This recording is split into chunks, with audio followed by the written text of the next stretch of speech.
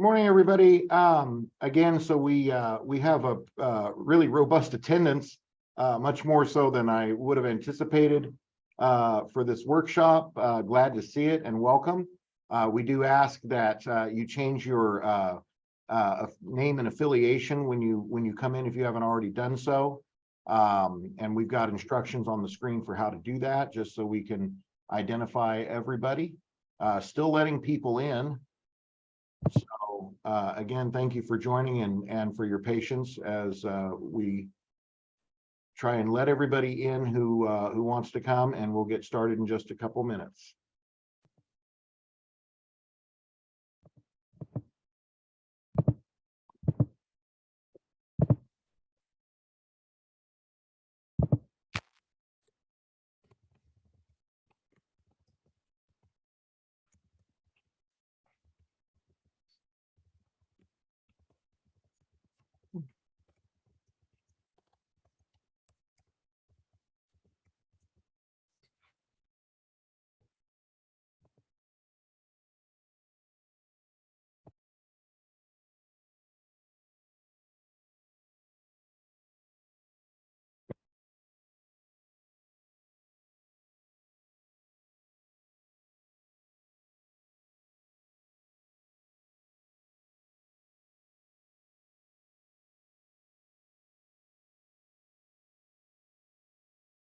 Okay, so it does look like, oh, spoke too soon.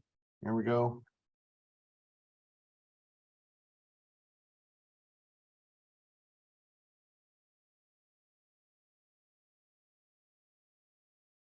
Okay, so it does look like we've got everybody in at the moment. Of course, we'll allow people in as they come, but we do want to get started. Be mindful of time. It's 10:04. Good morning, everyone. My name is Robert Phipps. I'm the Deputy Director with Fresno Council of Governments. Joining me today are several members of our staff, including Brenda Thomas and Christina White, who is our new programming specialist. Brenda, our Administrative Services Director, is helping me manage crowd control here for Q&A and the chat. So again, thank you for attending. We do have some instructions if you, to begin with, if you would change your name on the Zoom screen so that we can see your name and affiliation, we'd be most appreciative. And also to pay attention to the chat where I've already placed several links to the guidelines and application packets that we'll be discussing here today. But with that, why don't we go ahead and get started. We'll be discussing the application timelines and schedules, the available funding as we understand it, and then going into kind of getting into the weeds on the STBG application packet, the CMAQ application packet, and the new CRP or carbon reduction program packet, and then the project delivery process. And then we talk about questions and next steps, but certainly if you have questions along the way, I'd actually rather you interrupt me and we discuss those. Please do. Let's have a robust discussion about all of this. I have told many of you, although not everyone here is aware of this, that I'm relatively new to the day-to-day mechanics of programming, as is Christina White. And so we're bound to make some mistakes here. You all have been very patient with us so far. We really appreciate that. And thank you for the assistance that many of you have provided to us as we kind of feel our way through this process. But hopefully we can have a very smooth transition. So far, things have gone pretty well. So we hope to keep our luck up in that regard and to get a lot more projects funded over the next couple of years. So why don't we go ahead and dive right in. We've got to begin with, probably ought to explain CMAQ and CRP. I'm not going to go into a whole lot of detail about the different funding streams themselves in terms of eligibility. I'm assuming most of you are aware of the distinctions and similarities with regard to particularly the Congestion Mitigation Air Quality Program, or CMAQ, and the Surface Transportation Block Grants, or STBG programs, how those funds may be used. Again, those are in the guidelines. If you are completely unfamiliar with these funding programs, if you've never worked with them before, then we do have the guidelines available that will explain all of that.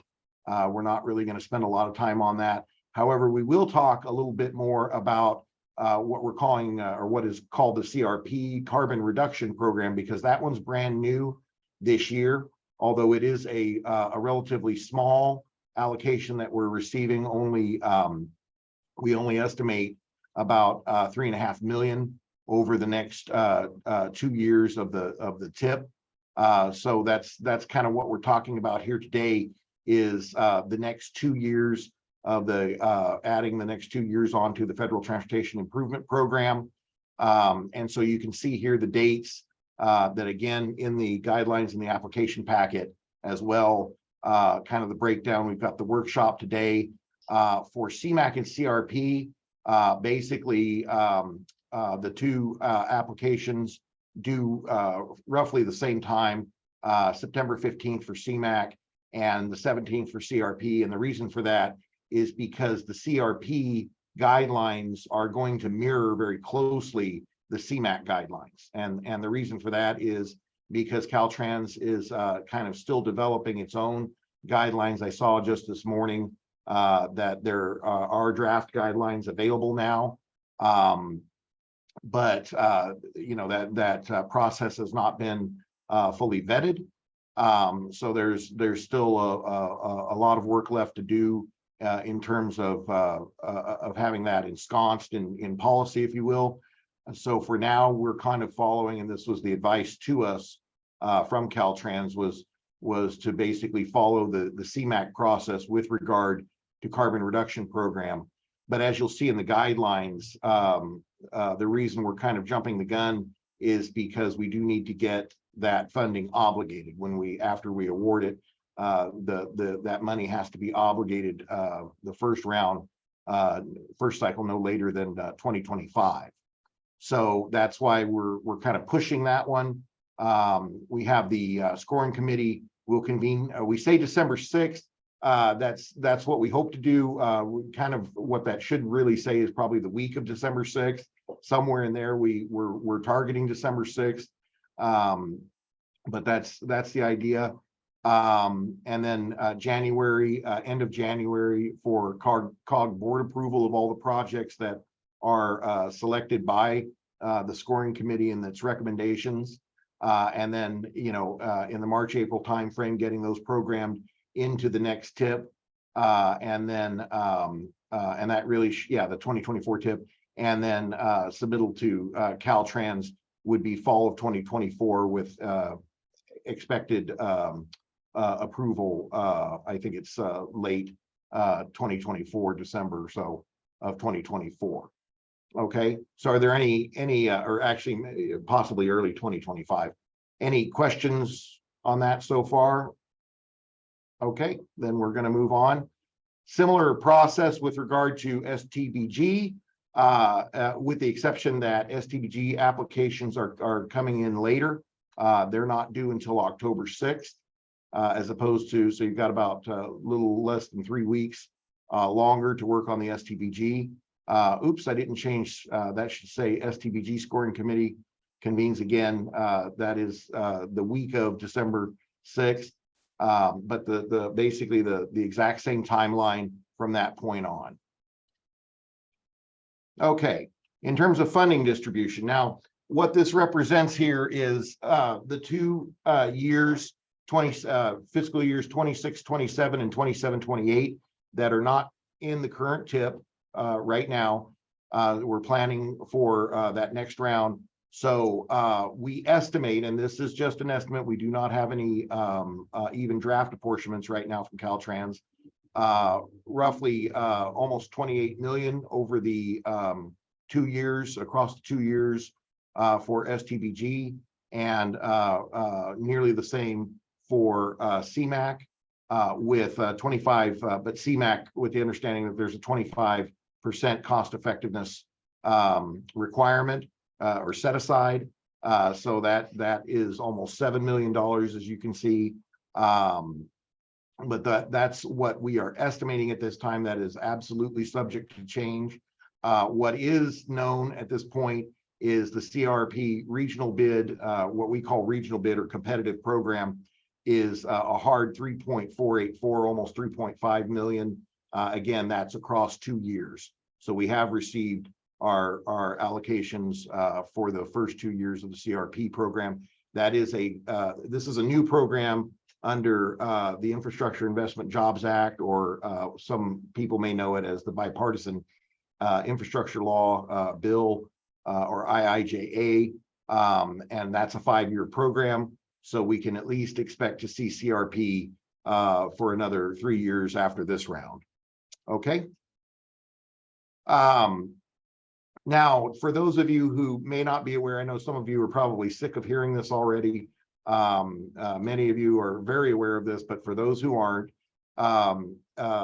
back in, I think it was 2020, 2021, Fresno Cog received a corrective action as part of its operations audit, as part of its certification review, to remove sub-allocations of STBG and CMAQ funding from our programming and selection procedures. So that is to say that in the past, we used to divide these funds, that not 100% of these funds were put out there for a competitive process. We would handle that a little differently. And we were not the only region. In fact, a similar corrective action, as I understand it, was issued to Caltrans for the FTIP, for the state version of the FTIP. And these updates were necessary to comply with the legislative provisions of Federal Code Title 23 and our outstanding corrective action that we moved completely away from any kind of sub-allocation. So in the past, it was very common, for example, for a jurisdiction or an entity that received a CMAQ or an STBG award to use some formula money to serve as kind of a match or to augment a project with the formula money. That option is no longer available. So we adopted a new resolution. Our board adopted a new resolution in October of 2022 that formally moved away from that process. So here, by example, you can see that our former approach to CMAQ was what we had called Lifeline, or the TPP program, 30%, which was based on population. This was just a formula allocation that went to each jurisdiction that could be used in as a match, or it could be used, in lieu of winning a competitive bid project. And then 70% in the case of CMAQ was competitive. Under the new program, now 95% is competitive, with only a 5% contingency held back in the case of CMAQ for cost overruns, inflation. Things happen. We anticipate that.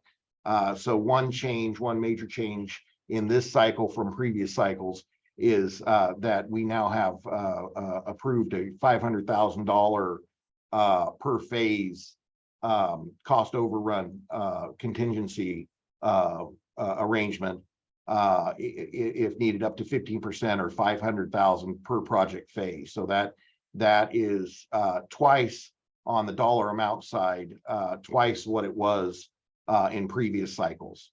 So quite a big increase, but in recognition that the former rate of $250,000 when it comes to construction as a percentage of a construction phase on a project is very little in some cases. In a lot of cases, very little help.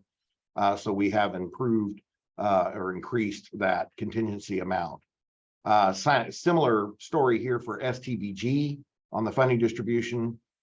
In the before time, 60% was actually given to Lifeline, TPP program, again, kind of on a formula basis based on population to each jurisdiction, with a 40% competitive element. But under the new program now, that is reversed, where we have 85% competitive with a 15% contingency kind of post-programming approach. Same contingency arrangements, 15%, $500,000 per phase. Local match in both cases of 11.47% for those pots of funding. Are there any questions so far? I'm not seeing any hands raised.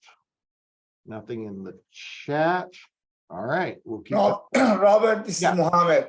So on the CMAQ, the competitive pot is 95% of the total allocation. Right. That's what's in the guidelines. Okay. Yeah, but the 5% covers 15% contingency per phase. That's but it's until, and we're going to talk about that a little bit more. But we're gonna that's until the money runs out, and we'll get to the contingencies. We'll talk a little more about the contingencies. So why on the STBG there's only, I mean, there's 15% of the pot goes toward contingency, but on CMAQ only 5%. And the logic behind that is the size of the projects, because the STBG is the more flexible of the two pots, and so is available for we typically see larger projects, you know, and larger expenditures in especially in construction under STBG, and so we are reserving more in contingency for STBG. Okay, thank you. Any other questions on that? Okay.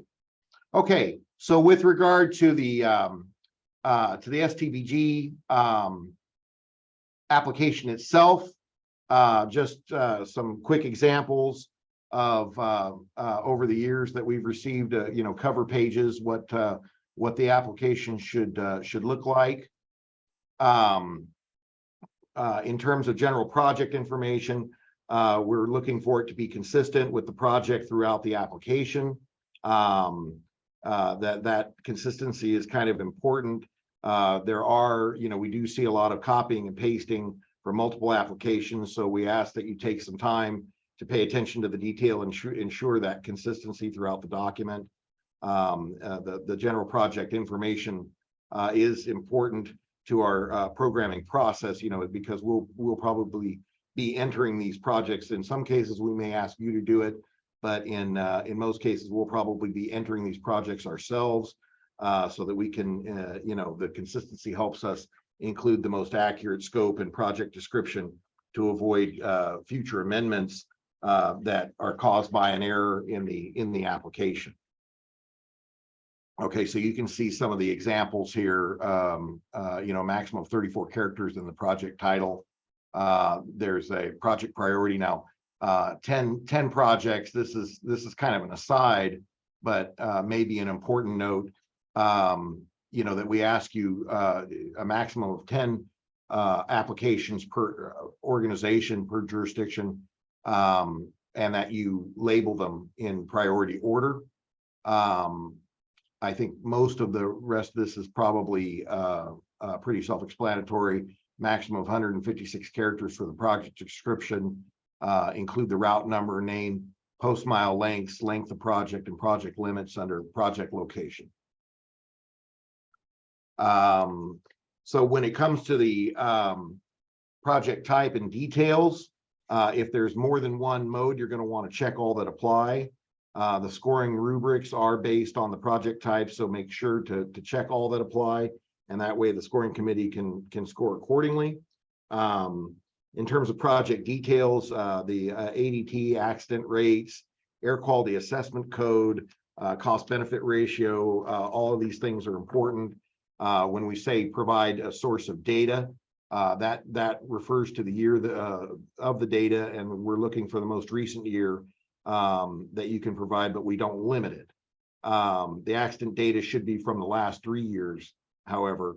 And then after cost benefit results, there's a right-of-way impact section, and that should be pretty self-explanatory. But if you have site control, if the project will require right-of-way, and if so, how many years? The RTP, the question about whether the project is contained in the RTP constrained section in particular, whether it's considered a constrained project for RTP purposes, that's always been in our application. However, the new list is box is optional now. The scoring committee can consider reducing the project up to 5 points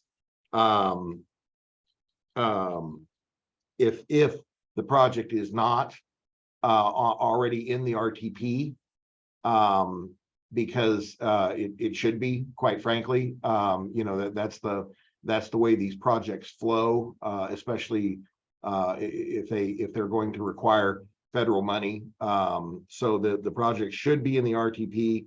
But if you have good reasoning for not having it in the RTP, the project, you can include that reasoning. And you may also need to include the FRE number from the list later in the application to confirm the project is in the RTP. And that part is in the narrative questions. So I think that's it for this slide. Let's see, on the cost benefits. Let's see, cost benefit ratio. So in this case, ADT plays an important role in the cost benefit ratio. So please include the year of the traffic data, just as we discussed previously. The calculation for cost benefit is pretty simple and easy to follow. We ask that you show the calculations in the required attachments in the application packet. Here are a few examples from previous years. And this is what we're kind of looking for. Okay, and again, for most of you, this is old hat. This is all I realize information that you've been working with for some time. So I know that many of you already know all this. Okay, moving on. In terms of project delivery schedule and funding sources, those are again very important for our programming purposes. So please fill out that schedule according to the planned years of implementation for the project.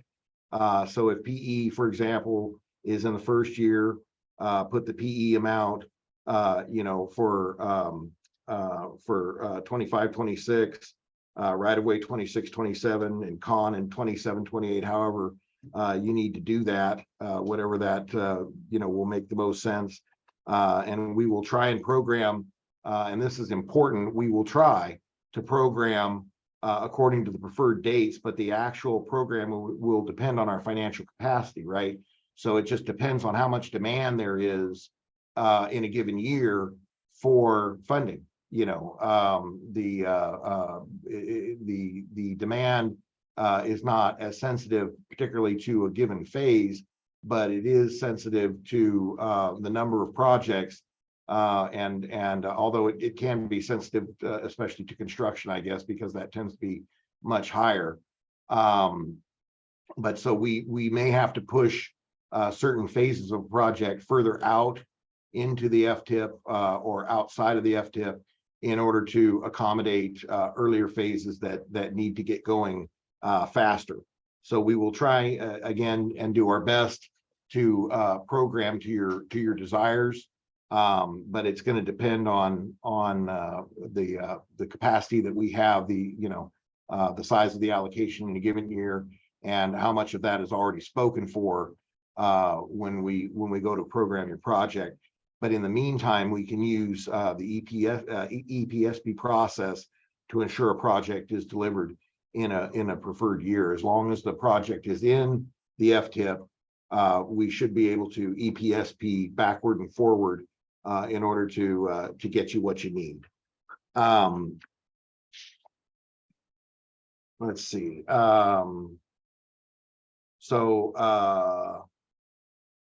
The program funding sources specific to the local match And we know for both STBG and CMAQ 1147. I believe that is also the case with CRP, but I'm not. I don't know. Jim, Jim Peralt, do you remember off the top of your head? Is CRP also 1147 on the match? I don't. Colleen, is it something you're familiar with? We can look it up. I'm not sure. Yeah, I know I've read it. I just can't remember. I would assume it is because I mean, generally most federal rates are that. I mean, it's a little different for a couple programs, but right. Yeah, I think it's the same. I think it's the 88.53. Yes. Right. Okay. Thank you. Thanks, Colleen. Okay.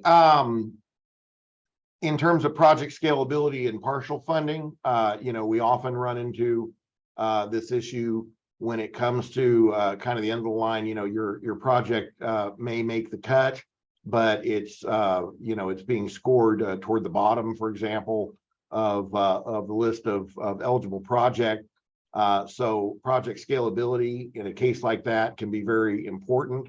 So if you're asking for 2 miles of road reconstruction, but you're willing to take the funding for 1 mile, that can make the difference between making the cut on the priority list and not making the cut. And also in terms of partial funding, whether you can accept partial funding. This is something that has reared its head on multiple occasions where, we're able to fully fund 10 projects, but that 11th one, we have a little bit of money left over. It's just not quite enough to cover everything that we need to, we'd like to do for you.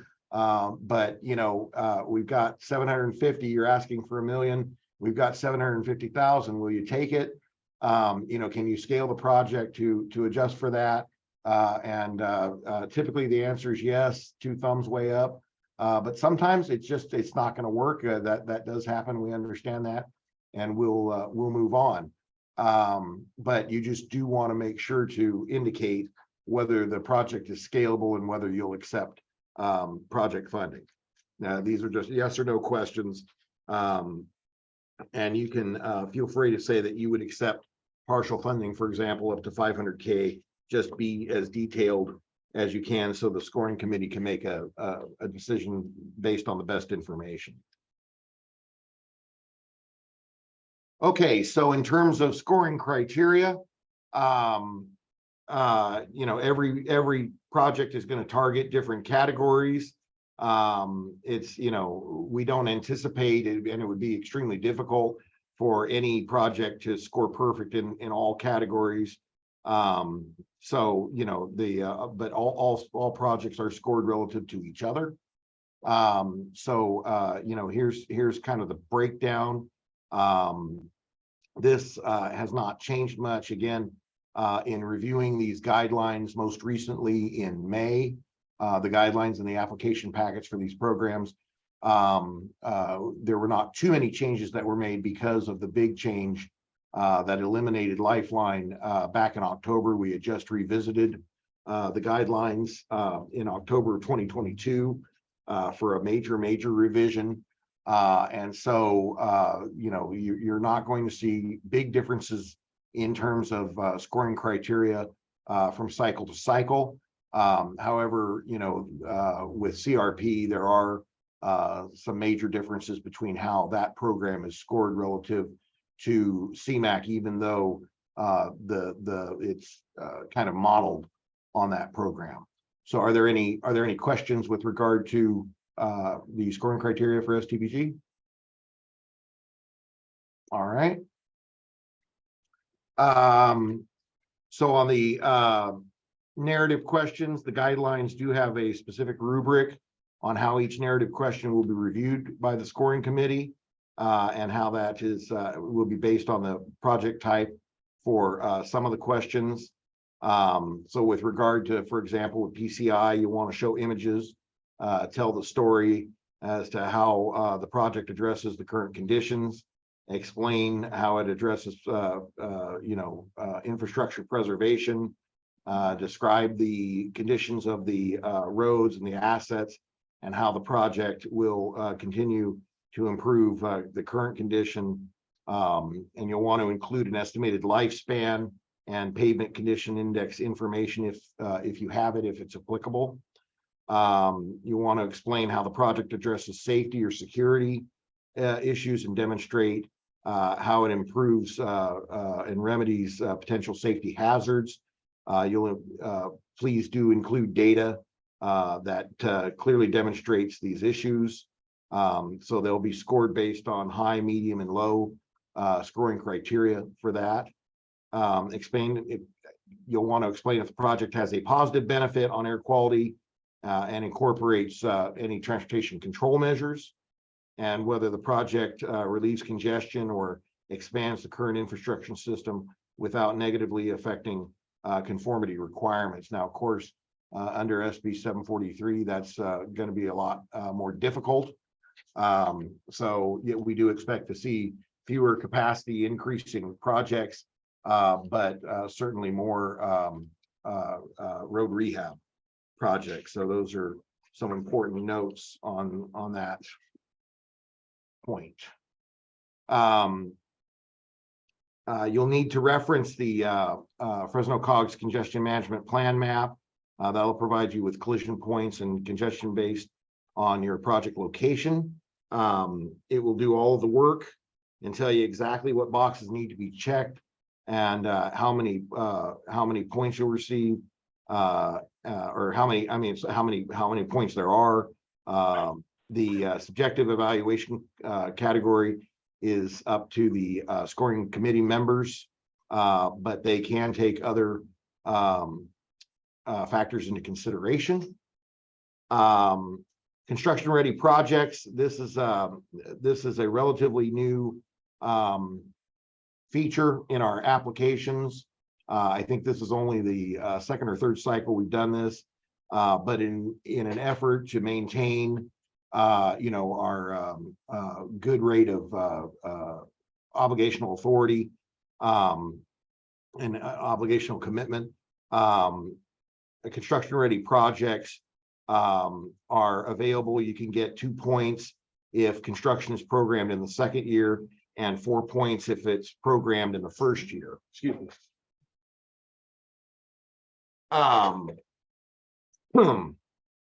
So these are so if there's an opportunity there for additional points, if that is if you're able to move the project along at a good rate.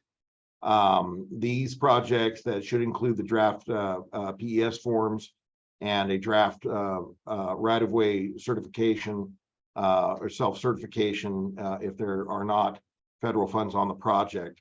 Caltrans will review each project applying for these funds to determine that they think that it is truly construction ready, with construction having to be obligated by May 1st of the year in order to qualify. So we'll go into more details about obligation later. Now, expedited project delivery, also a relatively new feature in our application cycles. This is expedited project delivery. You either get 6 points or 0. And so these projects also reviewed by Caltrans determine if they think the project is deliverable as described. But again, you're held up if you do not obligate, if you claim that a project can be expedited and then it's not, it doesn't, for whatever reason, it doesn't obligate, that funding can be pulled. So just please be aware of that. So, and of course, all of these categories total to 100% or 100 points rather. Okay, attachments. Everything in bold here are required attachments.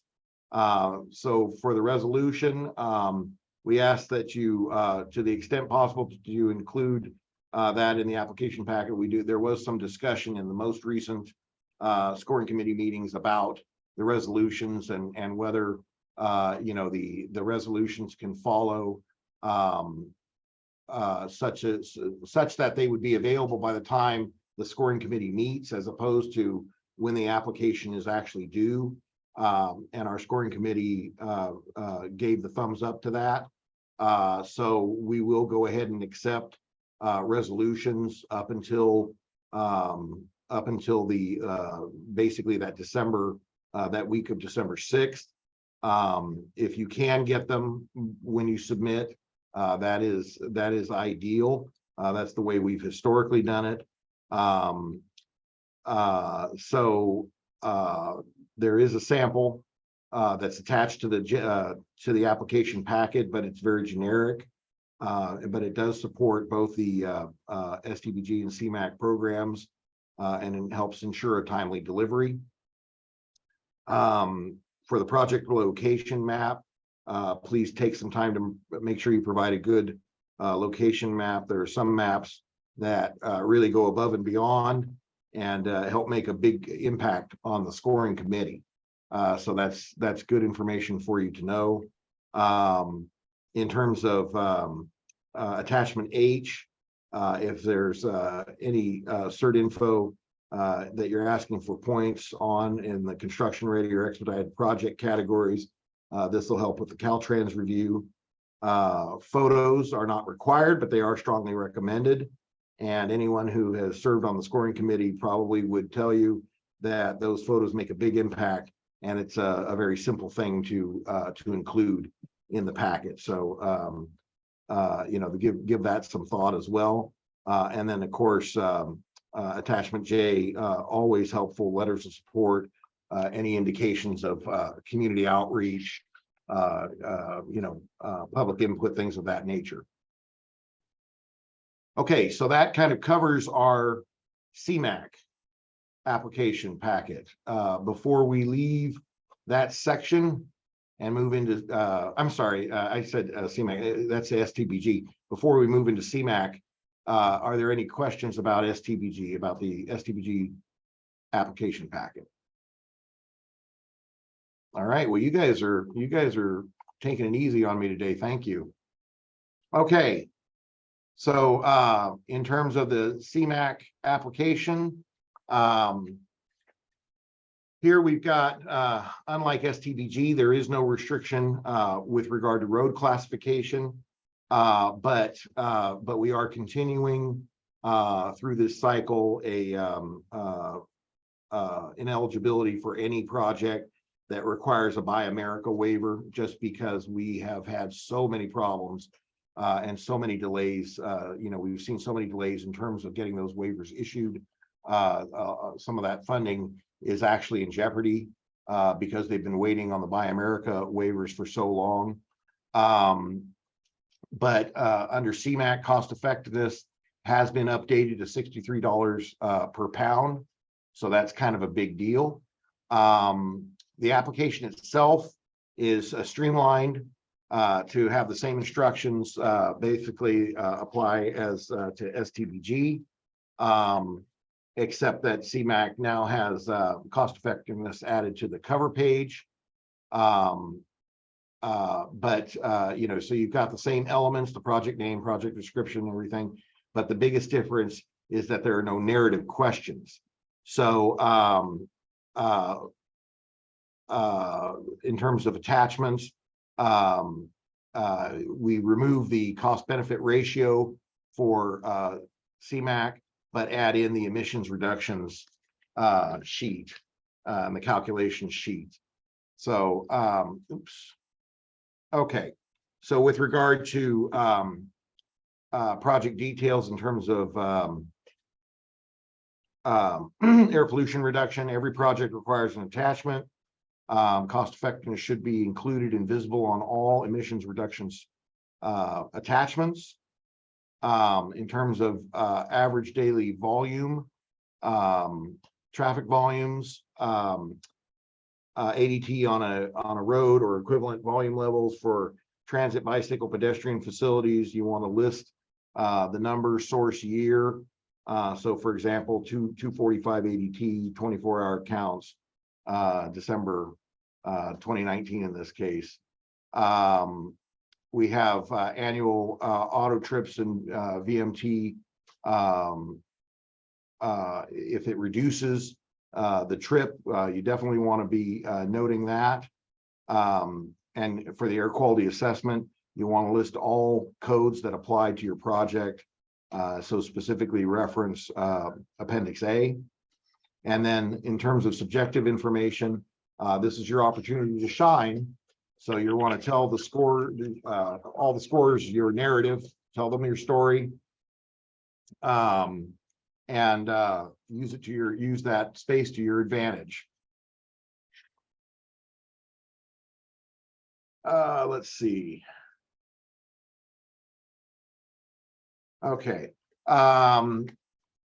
In terms of scoring criteria, again, not every project is going to score well in every category that's anticipated. The projects will be scored relative to each other.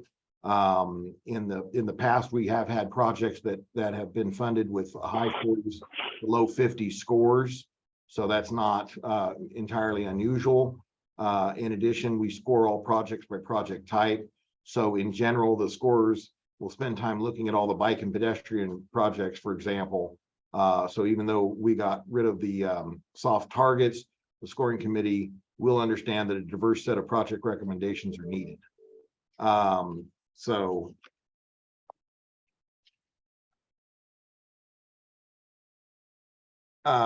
In terms of, so here's kind of the initial breakdown, getting into the weeds on it. Cost effectiveness, 30 points. There is no set scale that the scores have. It's their responsibility to score as they see fit. In general, obviously, the lower your cost effectiveness, the higher your score. And of course, note that the threshold may change. Tips for improving your cost effectiveness is to leverage more local money. In general, road and shoulder pavings and replacement, vehicle replacements are going to be the most cost-effective projects. We found that over time. But because of the Buy America problem, you're probably going to see more road and shoulder paving projects. Do note that those do have a harder time getting through at the federal level. We've had more questions about that. We have to explain that. It seems like to FHWA every cycle as to why a shoulder paving is considered an air quality a project of air quality benefit. So we do that every single time, every single cycle. We have to go through that exercise, but so far, we haven't had too many issues. I don't know how long that's going to continue. I'm assuming that shoulder paving will continue to be an eligible expense, but I'm not positive. So next we have congestion relief. This is a 20-point range. Again, the scorer in this case does get some guidance on how the project does within the category.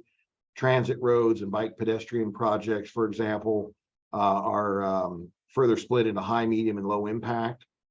So a signal coordination, for example, would be considered high impact under roads, while traffic signals are considered low impact. You're going to want to find those projects that fit into a high impact area. So remember that the subjective narrative portion of the application is there for you to explain anything you want to try and close any gaps, if you will. So for example, is there more to that new signal than it may appear on paper, right? There may be other things that are not as readily apparent that you want to make sure to mention for the scorers to be thinking about. So write all that down in the subjective portion. In general, traffic flow improvement projects and transit projects will score well here. Okay, so and then at the bottom, we have the air pollutant emissions reductions. This is 30 points and is like the cost-effective category. The higher pollution, the higher amount of pollution your project reduces, the more points you'll probably receive. Each calculation tool totals the amount of emissions in either pounds per year or kilograms per day. So you're going to want to take note of that. That's what the scores will be looking for in comparing to other projects of the same type. All right, so any questions on any of these categories?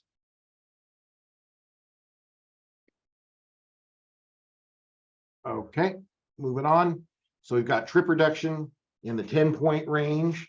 So this category also gives the high, medium, and low impact or no impact guidance that factors for the for the scores, but it's still quite subjective on the scale of what's significant versus moderate. It's not well defined on purpose to give the scores the most flexibility. Again, you'll want to address this in your subjective sections. Make the case for your project. There are also other factors that the scores will take into consideration, including things like project size relative to population, the cost, local impact. You'll also want to note that projects that increase VMT will receive 0 points. By now, that's kind of a no-brainer. Though there should not be a project that induces more travel being submitted to CMAQ anyway. So that kind of goes against the grain of the entire program.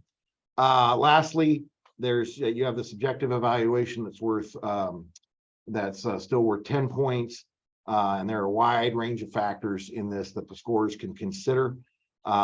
We have some people put safety considerations, for example. But you can speak to anything you have in the application, anything you want. But definitely probably the biggest single piece of advice here is to frame your application as a narrative. Tell a story. The construction ready project category added fairly recently, I think last cycle, allows for applicants to receive 4 points if they receive construction only funds. Again, just like with the CMAQ, construction only funds in the first year, 4 points. If it's in the second year, it's only 2 points. If you're wanting to get points in this category, you'll have to submit documentation that shows that the project is in fact construction ready. Again, that would be, the right-of-way certification or draft certification. And then you have again, the expedited project delivery category worth 6 points, all or nothing, just like STBG. So you're having to commit to the project being delivered within the first 2 years. No documentation required, but again, if it fails to obligate, those funding, those dollars could be pulled back if you fail to obligate. Okay, any questions on this? All right. So now we move on to the emissions calculations reductions. Emissions reductions calculations, excuse me. So two options for doing this, depending on what kind of project you're submitting. Both are available on the Fresno COG website under programming, and then CMAQ and emissions calculations guidelines. You'll want to pay, in general, you'll want to pay attention to the units. You'll need to report the reductions for ROG, NOx, PM 2.5, and PM 10 in terms of kilograms per day. When the project outputs are small, the Access database rounds it down to a 0. So please make sure to manually edit the PDF and add the correct numbers for the kilograms per day column. We have Colleen Videnoff from District 6 who has volunteered. Thank you very much, Colleen, to actually go through a live demonstration of this. I'll be turning my screen over to her in just a couple of moments. You do not want to count CO emissions reductions in your calculations. Right now, the Valley, San Joaquin Valley, is in compliance with CO standards. You'll use the emissions factors document when advised. This is also on the Fresno COG website as well. You have the Microsoft Access database that's published by CARB. This is updated what you see here, and I can put this in the chat as well for you to pull. Because this has been updated and is not correct in the guidelines document. So I will publish this link in the chat for you to pull that. We're not aware that had been updated, but it has built-in emissions factors tables and guidance that you'll want to use for nearly every project. It incorporates PM 2.5, which was changed from PM 10 a few years ago, but it cannot be used for shoulder road paving improvement projects. So if your project incorporates a wide scope, you may need multiple calculations. And then you have Excel spreadsheets that will be used for road paving and shoulder stabilization or paving only. They're more straightforward than the Access database and includes the on-sheet instructions. Again, both of these available on Fresno COG's website. So with that, Colleen, why don't I stop sharing and let you take it over if you want to give a live demo on how that might work. Sounds good. So yeah, I was just gonna start at the beginning so everybody can, you see the Fresno COG website? Just want to make sure you can hear me. Yep. Okay, so pretty much go to air quality, CMAQ, or you can go to programming and CMAQ. Oh, okay, great. I swear it just worked. Oh, Brenda. Brenda and I went through this. There we go. Didn't we just get it? Okay, Did you so refresh? Yeah. try it again. Okay. I swear, Brendan, I just walked through this. Pardon, Okay. you're on mute, Brenda. We're experiencing some technical difficulties. Sorry, I've been talking. It works for me. Yeah, what am I doing wrong? Is it Firefox? Yeah. Oh, No, I'm it's saying, is it CMAQ possible that CMAQ page. do you want to it- try a different?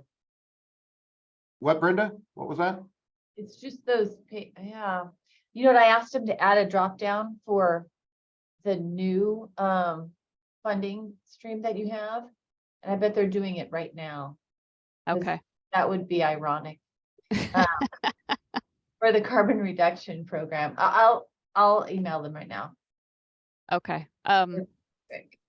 Yeah, this is one that I had previously, and you guys will be able to see this. You'll be able to go to air quality CMAQ, and then you'll find there's an emission calculation guidelines, and you'll be able to find this page. I just happen to have it up previously. So there's two different examples. One is this Fresno COG spreadsheet is for shoulder, road, alley paving emission reduction spreadsheet, which is great. And this can only be used for the road, alley, or shoulder paving. And it's going to open up an Excel file.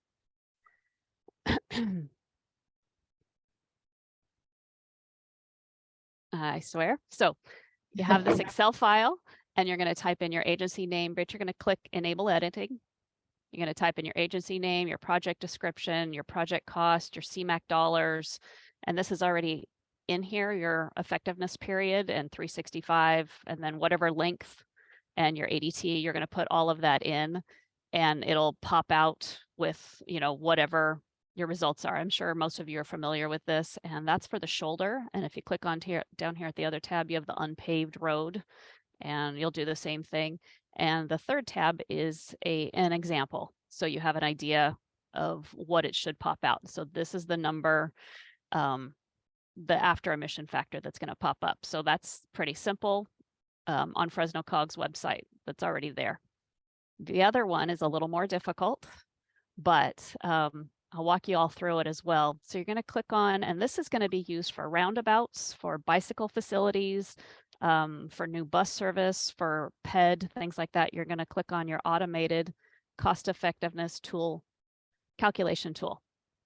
And please do not hesitate to reach out if you want detailed step-by-step. I promise I can help. So you're going to click on open. You click on OK. And I'll make this, and you click on open and it'll pop up. It's a Microsoft Access. Oh, sorry, my other screen. Sorry. Dang it. So it actually pops up open and you're going to say stop all macros.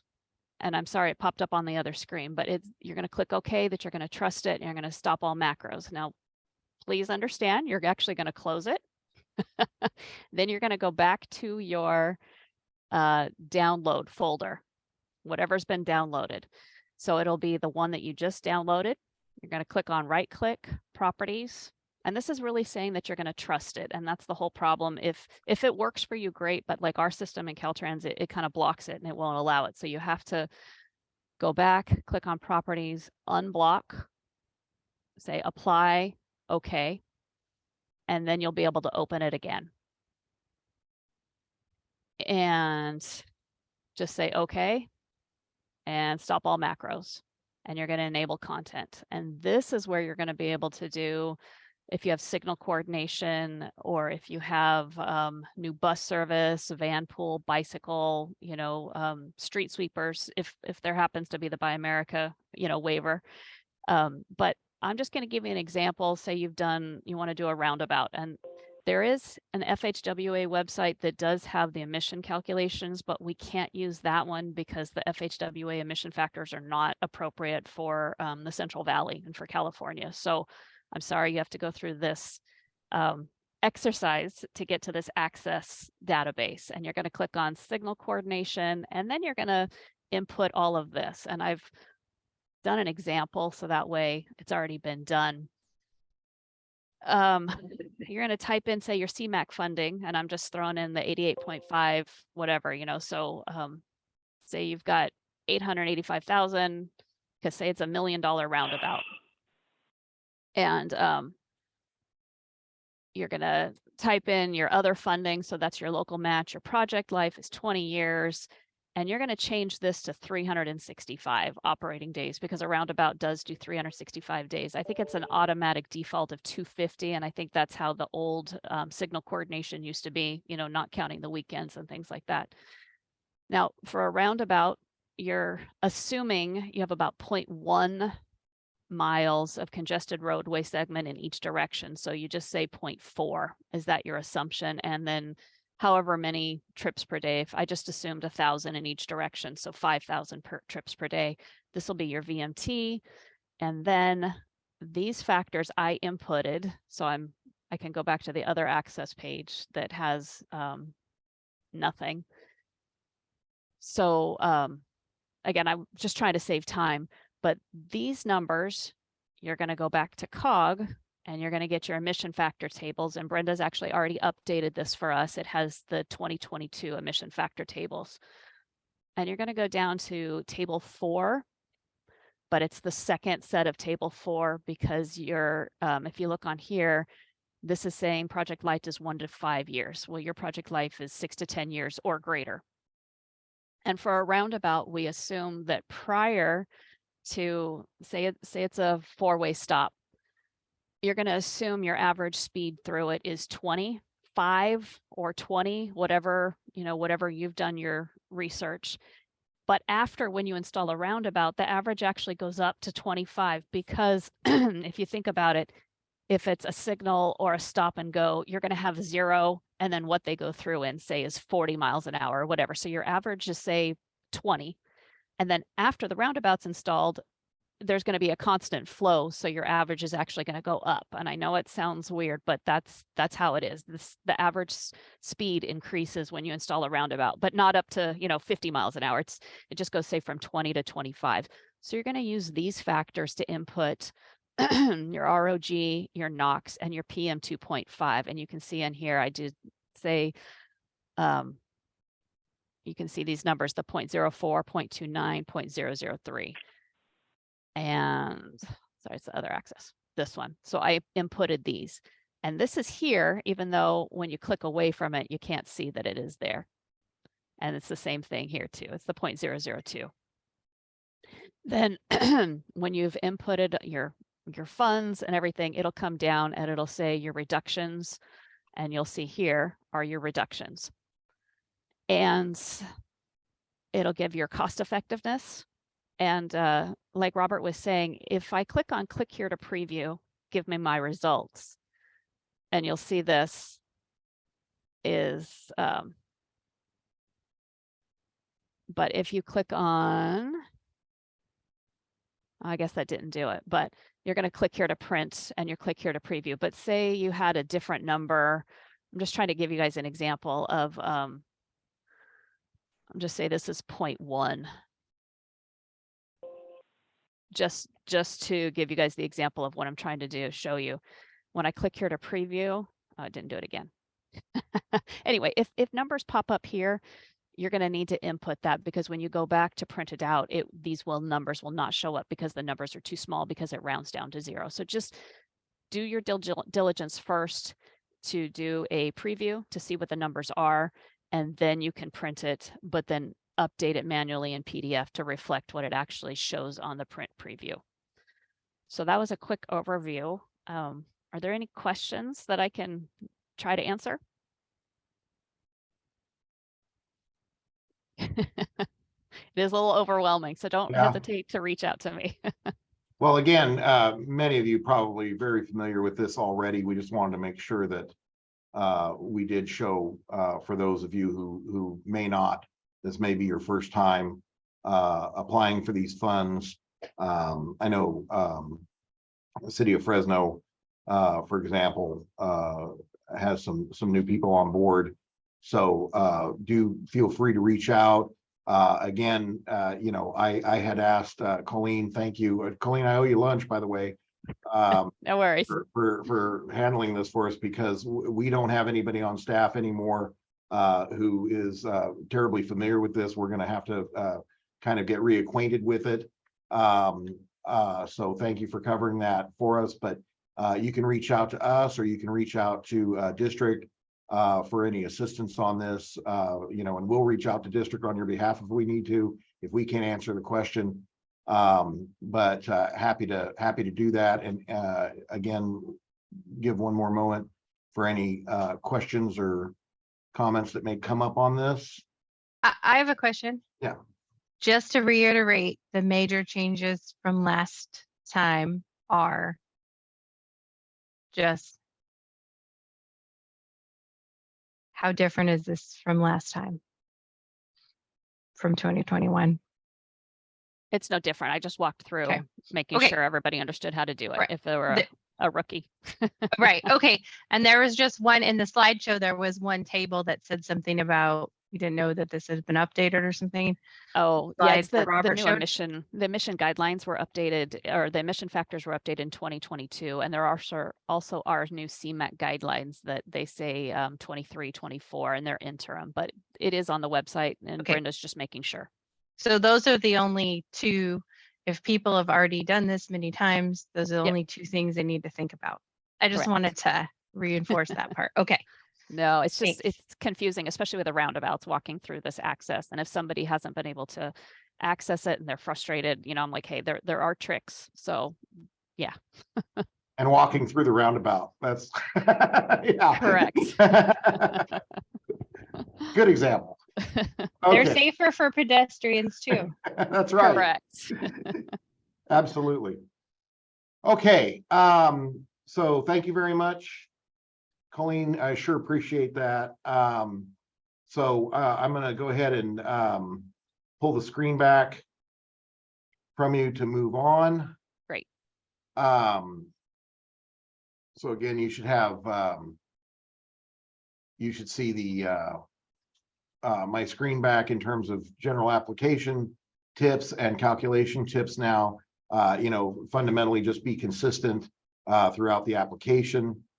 Make sure all the checklists are complete and use the attachments as additional information. You know, there's a lot of room for opportunity with the attachments and in terms of the subjective review portions. In terms of calculation, following the CARB methodology guidebook, using the emissions factors tables when and if needed, built into the Access database or from the CARB website, and make sure the units match and make sense throughout as you're doing those calculations. We'll eventually want to get all reductions in pounds per year, kilograms per day. But most importantly, don't be afraid to ask for help. We'll get it for you one way or another, as I mentioned. So, okay, so that that's it for the CMAQ application. Now we're moving into the CRP. This actually, again, streamlined further, even still, still further, because there is no cost effectiveness threshold as there is with CMAQ.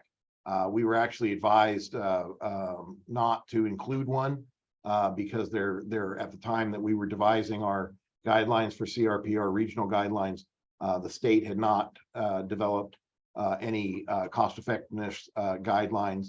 But what we do know is we have these category targets, or as they're known, the program pillars, which are transit improvements, ZEV technology, and CO2 reducing projects, otherwise kind of referred to as active transportation projects.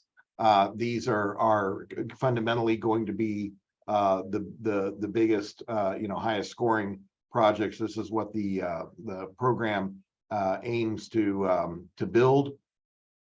So you're going to want to focus your projects and your applications on these three areas.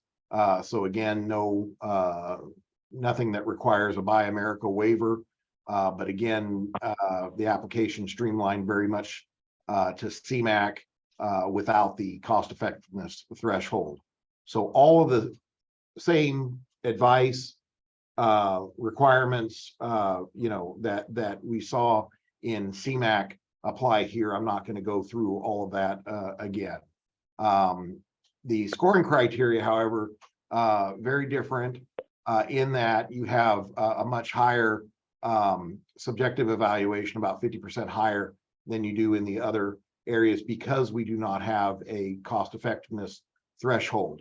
So, where you have GHG emissions reduction, we've beefed up those areas, trip reduction, and then again, giving a little more emphasis to construction ready projects, and that bump for expedited project delivery.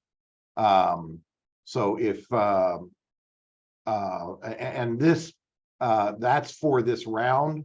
We do anticipate that by the next cycle, we will, or at least may have additional thresholds that we may be trying to meet,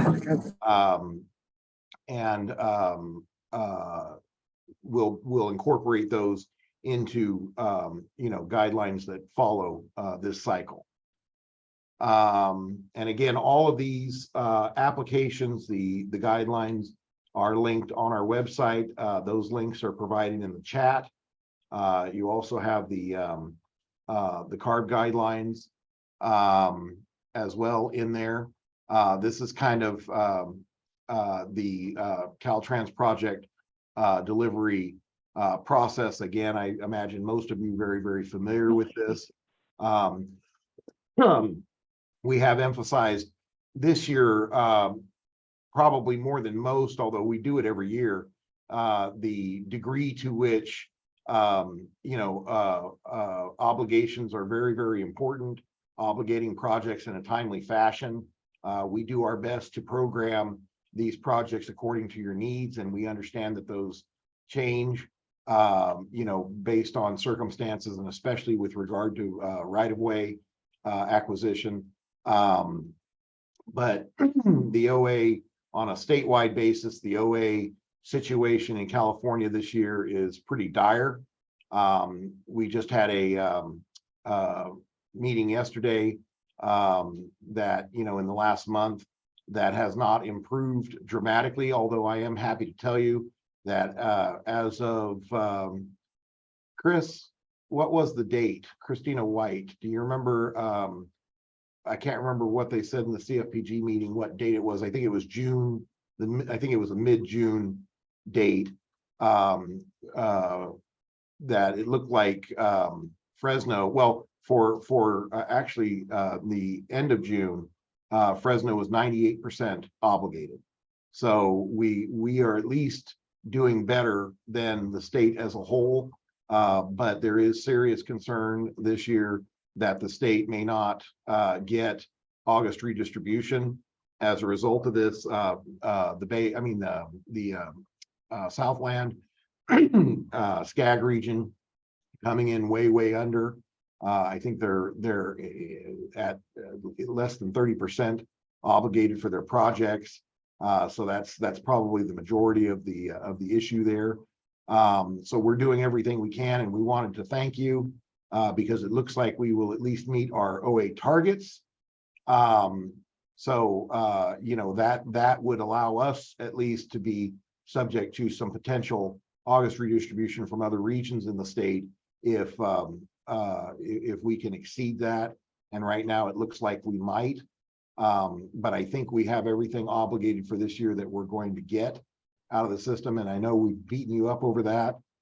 So again, thank you for your perseverance. Aaron, We have 3 projects we're going to be obligating. that you're going to make it, make it by Friday? Probably one will be in by Friday and the others will be in by the end of the month. Cool. Jim, you heard it. I did hear. What type of projects are those, Aaron? 2 are STBG and 1 is CMAQ. Okay. All right. No, that's good. Yeah, to hear. We just got a right-of-way cert on 1. We'll send it this week, and the other 2, the right-of-way certs under final review. Okay, I will let Eric know if he doesn't know already that he's got some coming. So no, that's good news. And we'll have a report on that. There's an OA meeting tomorrow, as a matter of fact, right? Jim, District OA. Yeah. Right. Do you want me to send you the amounts and everything so that you guys know right now? Yeah, if you could, that'd be helpful, just so that, Okay. because we're gonna be asked tomorrow or Robert's gonna be asked to give an accounting, yeah, so. Okay, I'll send an email this afternoon with all the details on which Aaron- ones and how much. Aaron, I thought you already reached out to Eric, right? You had already mentioned everything to Yeah, him. we've been talking, Yeah. yes, but I haven't talked to him like recently, like, so I just wanted, like, they're still coming. Okay, no, we know. I've been talking to him for a couple weeks, so Okay, you know how that goes. Like, oh, if you don't hear anything, it might be over. right. So no, we're still working on it. Correct me if I'm wrong on this, Jim and Colleen, but my understanding is that HQ has demonstrated a willingness for some flexibility on the Friday date, you know, because of the situation. And we are, Aaron, thank you for that, because we are especially short on STBG. If we're coming up short, that's where it's going to be. I think we will meet our, again, we will be meeting our OA targets. We're nowhere close to meeting our actual apportionment, but that's okay, because this way at least we can, you know, anything that we have over-programmed, we'll still be able to get in without any disruption. So Yeah, I mean that mid-July deadline is always kind of a soft target. I mean, we continue to process projects, you know, until we run out of money, right? I mean, you've got a little more guarantee, I guess, if you get it in by that deadline. Although this year looks to be a little different in that, yeah, I mean, looks like we may not meet our, you know, deliver all our OA, which means we may not get August redistribution, which I think would be the first time in like over 20 years. I mean, it's been a long time since we haven't. yeah, like 22 years or something. Yeah. Oh, and we're So- still sending in 2 HZIP projects too. Sorry, just wanted to, for the Okay. So HZIP obligation. so 5. So Yes. yeah, and those will all go through Eric. And so yeah, okay. Thank you, Aaron. Thanks. That's great. That's good news. Very Glad to hear it. grateful, because those HSIP, I think, are all the high-risk rural road funds, correct? Correct. Yeah, and we're so grateful. So thank you, Aaron. All right. You should be thankful to the team they're doing tons of work, not me. I just told them to do it. So that's okay. We thank them too. But you tell us so well. She's nice about it. Or not. Usually so, yeah. Okay, so next steps, again, kind of just a reiteration of the beginning slides. CMAQ, CRP, applications due September 15th, September 17th for CRP. STBG applications October 6th, just keep those dates in mind by noon. Scoring committee, we're shooting for that December 6th date. May have to spill over because we do anticipate a lot of projects.